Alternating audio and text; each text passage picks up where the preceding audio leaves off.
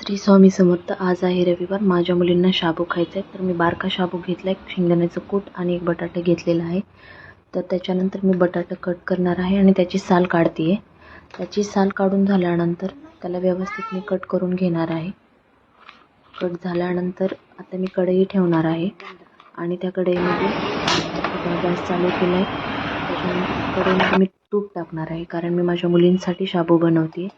So थोडंसं तूप टाकते त्याच्यामध्ये आणि नंतर थोडीशी जिरे टाकते. तिला चांगलं कडकडू द्यायचं.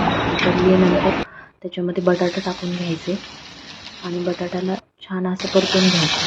बटाटा लाल होईपर्यंत परतून घेऊयात आपण, म्हणजे तो तिथेच शिजला जातो. ते शिजण्यासाठी थोडंसं मीठ टाकले मी. त्याच्यानंतर शाबू टाकते आणि तूप टाकते आणि हे सगळं टाकून झाल्यानंतर मी त्याच्यावर झाकण ठेवणार आहे. आणि हो, थोडीशी साखर पण घातली कारण मुलींसाठी बनवते आणि ते झाकून ठेवते. बारका शाबू असल्यामुळे त्याला काही जास्त शिजवायची गरज नाही आहे, पण आपलं बटाटा शिजवण्यासाठी ते झाकून ठेवले मी. हे पहा, शाबू शिजलेला आहे.